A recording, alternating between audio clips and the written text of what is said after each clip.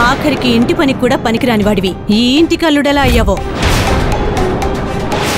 రూపాయి ఆదాయం లేదు కానీ ఇలా అన్ని వేస్ట్ చేస్తూ ఉంటావు. ఆ అమ్మాయి వచ్చే టైం అయింది, కాఫీ రెడీగా పెట్టుకో. అఖిల, నీకిష్టమైన ఫ్రూట్ సలాడ్. బేబీ, మీ ఆయన్నేమన్నంటే నీ కోపం వస్తుంది కానీ ఎందుకు పనికిరాని దద్దమ్మేవాడు. నా మాట విని విడాకులిచ్చేయమ్మా.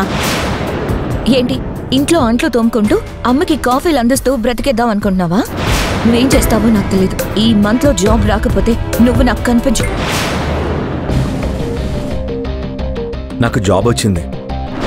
ఇంతకీ ఏ జాబ్? హలో మిస్టర్, ఎక్కడికి? సెక్యూరిటీ గార్డ్ గా జాయిన్ అయ్యావా? సెక్యూరిటీ జాబ్ కొడితేనే ఇంత ఫీల్ అవుతున్నావు, ఇంకా సీఈఓ అయితే ఏమైపోతావో.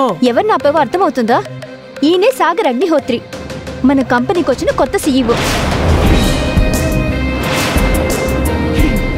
He is the richest man in the city. ఇంట్లో అంట్లు తోముకునే సాగర్ ఒక్కసారిగా సీఈఓ ఎలా అయ్యాడు? అసలు సాగర్ బ్యాక్గ్రౌండ్ ఏంటి? అఖిల తండ్రి సాగర్తో పెళ్లికి ఎందుకు ఒప్పుకుంటాడు అనేది తెలియాలంటే పాకెట్ FM డౌన్లోడ్ చేసుకుని కింగ్ ఆడియో సిరీస్ వినేయండి.